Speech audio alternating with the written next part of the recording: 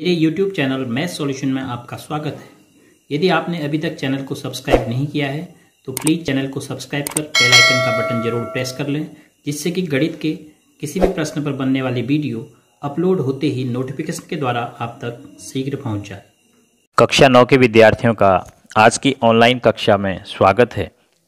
प्यारे बच्चों, आज के वीडियो के माध्यम से अध्याय 10 वृत्त की शुरुआत करते हैं। तो सबसे पहले अध्याय को शुरू करने से पहले वृत्त और उससे संबंधित जो भी शब्दावली है उसको हम जानेंगे, क्योंकि जब हम वृत्त के बारे में अध्ययन करते हैं तो वृत्त के विभिन्न भागों के बारे में हमें सीखना पड़ेगा। उन्हें हम क्या कहते हैं, उनकी क्या परिभाषा होती है। तो सबसे पहले बात करते हैं अध्याय की ही। अध्याय का नाम है वृत्त। तो हम वृत्त किसे कहेंगे?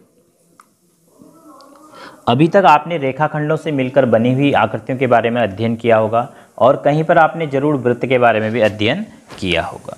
तो जब भी वृत्त की बात होती है तो आपके दिमाग में एक चित्र आता होगा प्रकार का, क्योंकि हम जब भी वृत्त खींचते हैं तो हम इस यंत्र का प्रयोग करते हैं। इसका नाम कहते हैं प्रकार।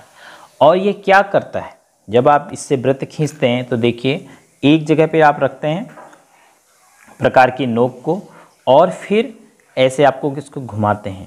तो किसको घुमा रहे हैं आप देखो, मैं माना अभी घुमा नहीं रहा हूँ। ये बहुत सारे बिंदु देखिए प्रकार की नोक से समान दूरी पर स्थित हैं। ये बिंदु जो मैं मार्क कर रहा हूँ, ये प्रकार की नोक हिलनी नहीं चाहिए। तो अगर आप प्रकार की नोक से इस बिंदु की दूरी, इस बिंदु की दूरी, इस बिंदु की दूरी बताएंगे तो आप इसको नाप सकते हैं पटरी से, निश्चित है। तो हम क्या कर रहे हैं, एक निश्चित बिंदु देखो हमने प्रकार की नोक को रख दिया एक जगह पर और फिर उससे समान दूरी पर स्थित बिंदु को क्या कर रहे हैं, देखो ये मिला दे रहे हैं। ये तो हमारे पास एक कैसी आकृति आ रही है, किसी समतल पर हमें इस प्रकार की आकृति मिल रही है। तो किसी भी समतल पर एक निश्चित बिंदु से समान दूरी पर स्थित बिंदुओं को आपने मिलाया तो आपको ये आकृति मिली, नीली नीली बाउंड्री। इसको हम कहते हैं वृत्त। तो क्या परिभाषा होगी वृत्त की? एक तल पर निश्चित बिंदु से समान दूरी पर स्थित बिंदुओं को मिलाने पर जो आकृति बनती है उस आकृति का नाम हम कहते हैं वृत्त। तो इतना आपको समझ में आ गया। अब जनरली आप क्लास 9th में हैं तो अगर ऐसा कहेंगे कि वृत्त का मतलब गोल गोल होता है, इससे बेहतर है अब आपको वृत्त की परिभाषा ही पता होनी चाहिए कि वृत्त हम कैसी समतल आकृति को कहते हैं। एक तल पर निश्चित बिंदु से समान दूरी पर स्थित बिंदु को मिलाने पर जो आकृति बनती है उस आकृति का नाम हम वृत्त कहते हैं, ना कि गोल गोल आकृति को वृत्त कहते हैं। तो अब ये जो निश्चित बिंदु है ये क्या कहलाएगा? इस निश्चित बिंदु का नाम भी रखा गया है। इस निश्चित बिंदु को इस वृत्त का केंद्र कहते हैं। और वृत्त की जो बाउंड्री है उससे अंदर के हिस्से को देखो, ये जो आपकी नीली नीली बाउंड्री है इसके अंदर जो भी बिंदु होंगे वो कहलाएंगे वृत्त के अभ्यंतर में स्थित बिंदु। और जो नीली नीली बाउंड्री पर स्थित बिंदु होंगे वो कहलाएंगे वृत्त पर स्थित बिंदु। और इस बाउंड्री के बाहर जो बिंदु होंगे तल के, वे कहलाएंगे वृत्त के बहिर्भाग में स्थित बिंदु। तो इसका मतलब ये भी है कि किसी भी वृत्त को खींचने पर आपका जो तल है, जिस तल पर आप वृत्त की आकृति बना रहे हैं, वह तल दो भाग में बढ़ जाता है। किस बाउंड्री से? ये नीली बाउंड्री से। एक वृत्त का अभ्यंतर और एक वृत्त का बहिर्भाग। और जो नीली नीली बाउंड्री है उस पर स्थित बिंदु को आप कहेंगे वृत्त पर स्थित बिंदु। तो आप समझ गए होंगे अभ्यंतर में कौन कौन से बिंदु होंगे और बहिर्भाग में कौन कौन से बिंदु होंगे। तो वृत्त का केंद्र कहाँ है, जिसे हम कह रहे थे निश्चित बिंदु, वृत्त का केंद्र, इसे कहते हैं वृत्त का केंद्र। ये अभ्यंतर में है या बहिर्भाग में है? तो वृत्त का केंद्र हमेशा वृत्त के अभ्यंतर में स्थित होगा। अब इसके बाद आपको एक चीज़ पढ़नी है, वो है त्रिज्या। हालांकि इनके बारे में आपको कुछ जानकारी पहले की कक्षाओं में भी होगी। तो त्रिज्या किसे कहेंगे? अब वृत्त के केंद्र से वृत्त पर स्थित बिंदुओं के बीच की जो दूरी होती है, आप केंद्र को वृत्त पर स्थित किसी भी बिंदु से मिलाइए तो जो आपको दूरी मिलती है उसे कहते हैं वृत्त की त्रिज्या। माना मैं केंद्र बिंदु को मिला दूं वृत्त पर स्थित किसी भी बिंदु से। किसी भी बिंदु क्यों कहा जा रहा है? क्योंकि केंद्र से वृत्त पर स्थित हर एक बिंदु की दूरी समान है। वो हमने प्रकार से दिखाया था आपको किस प्रकार समान है। तो वृत्त के केंद्र से वृत्त पर स्थित किसी भी बिंदु की दूरी को वृत्त की त्रिज्या कहते हैं। तो माना इस बिंदु का नाम O है, इस बिंदु का नाम A है, तो यहाँ पर जो त्रिज्या है O से लेकर A तक की दूरी को हम क्या कहेंगे? त्रिज्या। यानी रेखाखंड OA की लंबाई त्रिज्या हो गई। तो आप बहुत सारी त्रिज्याएं खींच सकते हैं। देखिए, एक केंद्र से आप कितनी सारी त्रिज्याएं खींच सकते हैं, क्योंकि त्रिज्या केंद्र से होकर वृत्त की परिधि तक वृत्त पर स्थित बिंदु, ये जो नीली नीली बाउंड्री है इसे कहते हैं वृत्त की परिधि भी। परिधि का मतलब उस आकार को जिसने घेर रखा है। ये नीली नीली बाउंड्री आपको दिख रही है। तो वृत्त के केंद्र से वृत्त पर स्थित किसी बिंदु के बीच की दूरी को त्रिज्या कहते हैं। तो हम कितनी त्रिज्याएं खींच सकते हैं? OA एक त्रिज्या है, OB, OC बहुत सारी त्रिज्याएं खींच सकते हैं। तो त्रिज्याएं कितनी हो सकती हैं किसी वृत्त की? अपरिमित। आप उनको गिन नहीं सकते।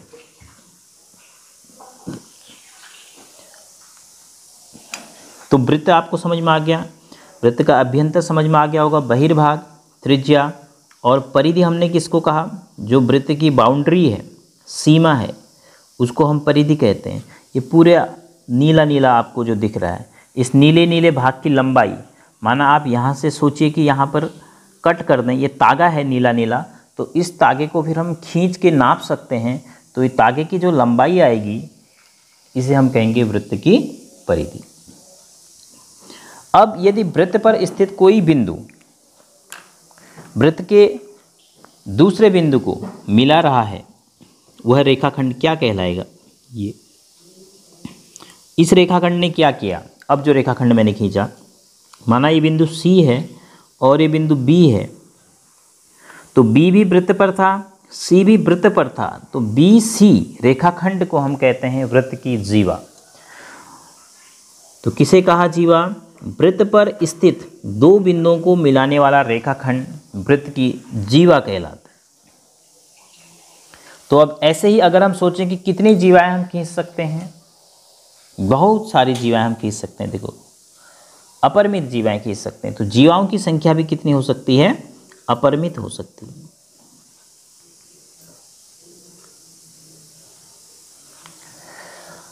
लेकिन क्या हम BC की लंबाई के बराबर कोई और जीवा खींच सकते हैं? BC की लंबाई के बराबर कोई और जीवा खींच सकते हैं। देखिए, BC की लंबाई कितनी है, हम प्रकार से भी नाप सकते हैं इसको। फिर वैसे हम कितनी जीवाएं खींच सकते हैं? जैसे हमने BC नाप लिया, ये है BC की, तो हम कितनी सारी जीवाएं खींच सकते हैं? देखो, अगर मैं इसको यहाँ पे कट कर दूँ, ये तो B से लेकर इस बिंदु की दूरी भी उतनी है। फिर मैं थोड़ा सा आगे प्रकार बढ़ाऊँ, फिर थोड़ा सा आगे प्रकार बढ़ाऊँ, तो एक ही लंबाई की यानी समान लंबाई की भी हम, वैसे तो आपको अलग अलग लंबाई की भी जीवाएं मिलेंगी, लेकिन समान लंबाई की जीवाएं भी हम अपरिमित खींच सकते हैं। अब लंबाइयों के हिसाब से अगर हम वृत्त की जीवाएं देखेंगे तो कुछ जीवाएं बहुत कम लंबाई की होंगी, देखिए, और फिर जैसे जैसे आप ऊपर को ऐसे बढ़ेंगे तो जीवा की लंबाई बढ़ती जाएगी।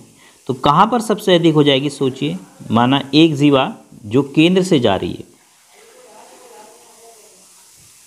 इसके बाद आप और स्केल बढ़ाते रहिए तो अब जीवा की लंबाई कम होने लग जाएगी। तो एक जीवा जो केंद्र से होकर जा रही है वह सबसे अधिक लंबी है। तो केंद्र से होकर जाने वाली जीवा का नाम हम कहते हैं वृत्त का व्यास। केंद्र से होकर जाने वाली जीवा सबसे अधिक लंबाई की होती है और इसे कहा जाता है वृत्त का व्यास। तो वृत्त के व्यास भी हम कितने खींच सकते हैं? अपरिमित रूप से कितने ही खींच सकते हैं आप देखो। तो व्यासों की संख्या भी आप अपरिमित खींच सकते हैं। अब व्यास का त्रिज्या से क्या संबंध है? देखिए, अगर मैं O से लेकर इस बिंदु को D कह दूं और इस बिंदु का नाम कह दूं E, तो O से लेकर E तक और O से लेकर D तक रेखाखंड DE का यानी जीवा DE के ही ये दो भाग हैं और OE और OD बराबर भी हैं। क्यों बराबर हैं? क्योंकि O से लेकर E तक भी वृत्त की त्रिज्या है, O से लेकर D तक भी वृत्त की त्रिज्या है और वृत्त की त्रिज्याएं हमेशा बराबर होती हैं। तो व्यास में कितनी त्रिज्याएं शामिल हैं? दो त्रिज्या। तो इसलिए व्यास बराबर कहा जाता है 2 गुणा त्रिज्या। तो बहुत बार आप सूत्र पढ़ते हैं व्यास बराबर 2 गुणा त्रिज्या, यानी d is equal to 2r। वो इसलिए कि आप देखिए व्यास इसे कहते हैं जो केंद्र से होकर जीवा जाती है, और उसमें त्रिज्या कितनी बार शामिल है, OE 1 बार, OD 2 बार। तो वृत्त की सबसे लंबी जीवा का नाम वृत्त का व्यास, और वृत्त का व्यास त्रिज्या का दुगना होता है। अब बात करते हैं कि माना हम किसी वृत्त के ही भाग कर दें। किसी वृत्त के भाग करने का मतलब एक दूसरा वृत्त अब आपके सामने खींचा जा रहा है। ये वृत्त का केंद्र है। इस नीली नीली बाउंड्री के हम हिस्से कर दें, माना इस बिंदु का नाम रख दें A, इस बिंदु का नाम रख दें B। तो ये पूरी नीली बाउंड्री दो हिस्सों में बट गई, एक तो A से लेकर B तक, और फिर एक B से लेकर ऐसे पूरा A तक। तो वृत्त की परिधि के किसी भी भाग को कहते हैं उस वृत्त का चाप। तो यहाँ पर दो चाप हो गए, एक छोटा चाप, इसको कहेंगे लघु चाप, और दूसरा बड़ा चाप B से लेकर A तक, इसे कहेंगे दीर्घ चाप। तो चाप यह भी एक शब्द है वृत्त के अध्ययन में। तो चाप क्या होता है, वृत्त की परिधि का ही, वृत्त की बाउंड्री का ही एक हिस्सा है। वृत्त पर स्थित दो बिंदुओं के द्वारा वृत्त की परिधि दो भागों में बढ़ जा रही है, तो हम प्रत्येक भाग को चाप कहेंगे। तो बहुत सारे अगर आप बिंदु लेते हैं तो वृत्त की परिधि बहुत छोटे छोटे चापों से मिलकर बनी हुई है, यह आपको पता चल जाएगा। माना एक बिंदु यहाँ पर, एक बिंदु यहाँ पर, तो छोटे छोटे चापों से मिलकर पूरे वृत्त की परिधि का निर्माण होगा। तो आपको चाप समझ आ गया होगा कि हम वृत्त का चाप किसे कहते हैं। अब उसके बाद अगर हम किसी वृत्त के भाग करें तो कैसे कर सकते हैं। जैसे आपका पेपर है, हम इसको कैसे दो भागों में, तीन भागों में बांट सकते हैं। इस पूरे अंदर के सफ़ेद सफ़ेद एरिया को आप देखिए, सफ़ेद सफ़ेद जो जगह है, इसको हम कहेंगे वृत्त का क्षेत्रफल। इस आकृति को, इसके अभ्यंतर को अगर हम पूरा सेट कर दें तो इसको कहेंगे वृत्त का क्षेत्रफल। तो इसको माना मैं एक जीवा खींच दूं तो क्या दो भागों में बांट सकता हूं। अब देखिए, एक भाग ये हो गया, ये वृत्त का जो अंदर का सफ़ेद एरिया है, वृत्त का अभ्यंतर का पूरा क्षेत्र दो भागों में बट गए, एक शेडिंग और एक वाइट। तो जो ये मैंने छायांकित किया, इस भाग को कहते हैं, मतलब इस प्रकार की आकृति को वृत्त में कहेंगे वृत्तखंड। और आप कहेंगे इसको कि किसी वृत्त में जीवा और वृत्त के बीच के क्षेत्र को वृत्त का वृत्तखंड कहते हैं। और वृत्तखंड में कब बढ़ता है, जब हम वृत्त की कोई जीवा खींचते हैं। अब आप यहाँ पर समझ पा रहे होंगे कि एक वृत्तखंड ये छायांकित है और दूसरा वृत्तखंड ये आपका पूरा सफ़ेद हिस्सा है। तो किसका क्षेत्रफल आपको अधिक दिखाई दे रहा है, अर्थात कौन आकार में आपको बड़ा दिखाई दे रहा है, तो ये सफ़ेद वाला हिस्सा। तो वृत्तखंड में भी एक होगा लघु वृत्तखंड जिसका क्षेत्रफल कम होगा, और दूसरा होगा दीर्घ वृत्तखंड जो आपको क्षेत्रफल में अधिक दिखाई देगा। अब चूंकि वृत्तखंड कैसे बन रहा है, जीवा से, और एक जीवा में ऐसे भी तो खींच सकता हूं जो केंद्र से होकर जाए।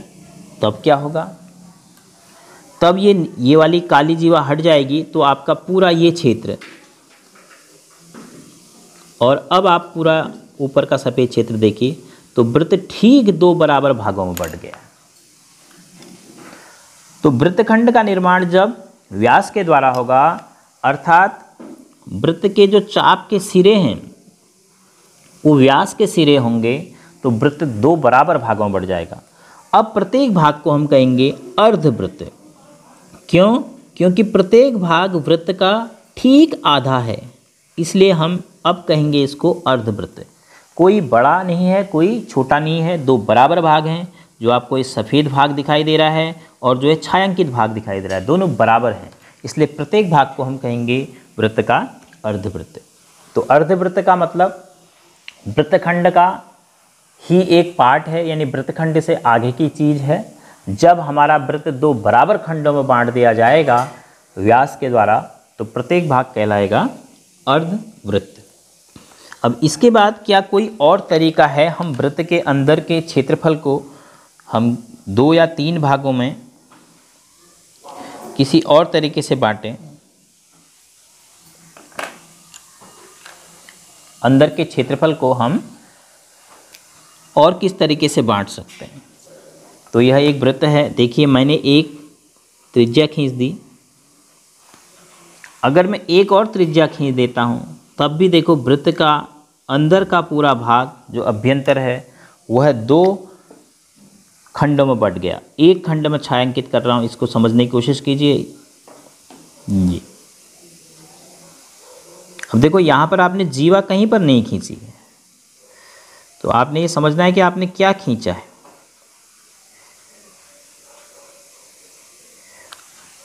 अब जो मैंने छायांकित किया, ये छायांकित भाग क्या है? वृत्त का चाप और त्रिज्याओं, क्योंकि यह केंद्र है वृत्त का, तो चाप और त्रिज्याओं के बीच का ये क्षेत्र है। तो इसे हम क्या कहेंगे? जब हम जीवा और चाप के बीच के क्षेत्र को हम क्या कह रहे थे? वृत्तखंड। अब त्रिज्याओं और चाप के बीच के क्षेत्र को हम कहते हैं त्रिज्यखंड, क्योंकि त्रिज्याओं के द्वारा यह वृत्त बटा है। तो जो खंड बना है वृत्त का, वृत्त के 2 खंड हो गए, एक खंड छायांकित है, एक खंड पूरा सफ़ेद है अभी भी। तो जो एक खंड बना है त्रिज्याओं के द्वारा बना है, इसलिए इसका नाम हम कहते हैं त्रिज्यखंड। तो वृत्त में त्रिज्यखंड का निर्माण कैसे होगा? त्रिज्याएं खींचकर।